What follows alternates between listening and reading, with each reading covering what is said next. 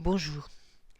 Ce vide insondable, ce vide immense qui nous étreint parfois, pourquoi? Et comment en ressortir? Ce vide-là, on l'éprouve après souvent une relation toxique, après un immense chagrin, après avoir été abandonné par l'autre, ou avoir dû fuir parce qu'on souffrait trop de l'autre. Ce qui nous arrive adultes, c'est le reflet de ce que nous avons ressenti enfant à un moment ou à un autre. Ce vide insondable, ce sentiment de ne pas être, c'est l'enfant dont le parent se fâche alors que l'enfant n'a pas fait grand-chose, alors il ne comprend pas pourquoi. Pas son parent est énervé ou son parent a une problématique qui fait qu'il se fâche facilement. Que ce soit des petits ou de grands moments de difficulté pour l'enfant, il y a cette souffrance. Il y a ce sentiment de tomber dans un gouffre et d'être abandonné et d'être sans amour. Lorsqu'adulte, on vit ces ruptures-là, on retrouve ce vide insondable. Parce que nous ne sommes pas alors des adultes solides, des adultes assez structurés, des adultes qui croient en eux, qui ont une base solide de confiance en eux, qui ont ressenti le fait d'être à la hauteur enfant. C'est toujours l'histoire de l'enfant victime du dommage collatéral de ses parents, bien sûr. C'est toujours l'histoire de l'enfant qui, pour une raison ou une autre, n'a pas eu cette reconnaissance suffisante, ce regard suffisamment réconfortant, rassurant, valorisant de son parent.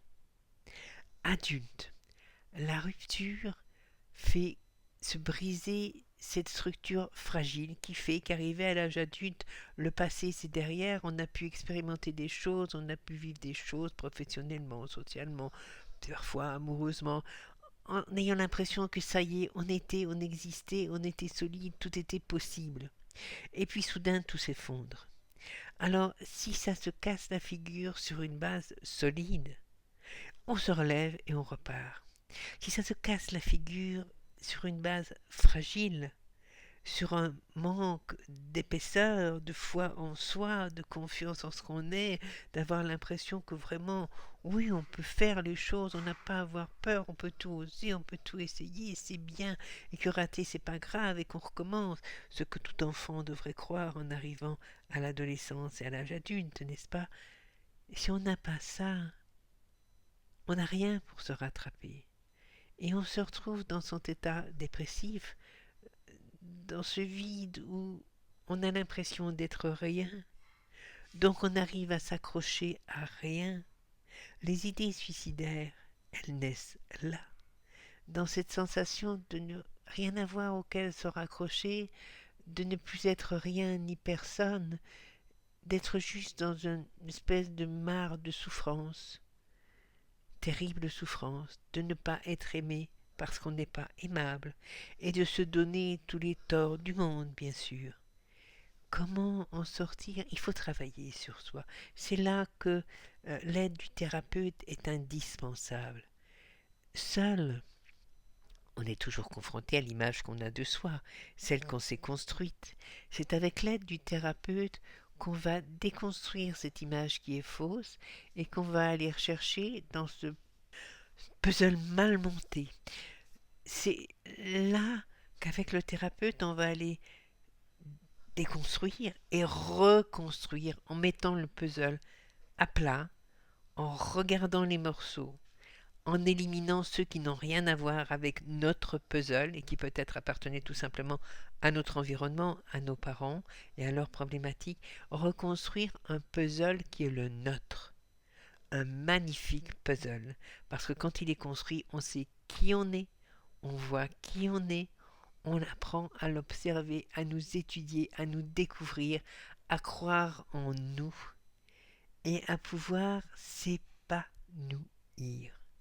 tout simplement. Mais pour arriver à tout simplement, il y a ce travail. Seul face au miroir, on peut toujours se répéter des choses.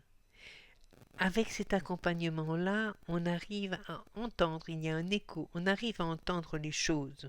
Alors c'est un accompagnement qui doit être un accompagnement, un échange, pas une thérapie où on parle dans le vide. Il faut vraiment que ce soit quelque chose de dynamique. Le thérapeute, son rôle, c'est de nous permettre de comprendre ce que l'on voit, de réinterpréter ce que l'on voit, de regarder notre vallée d'une autre colline. Il est écoutant, il est guide, il est celui qui rebondit, il est celui qui nous apprend à croire en nous, celui qui nous montre les petits points tout petits qu'on ne voit pas, mais sur lesquels on devrait s'appuyer pour nous voir positivement.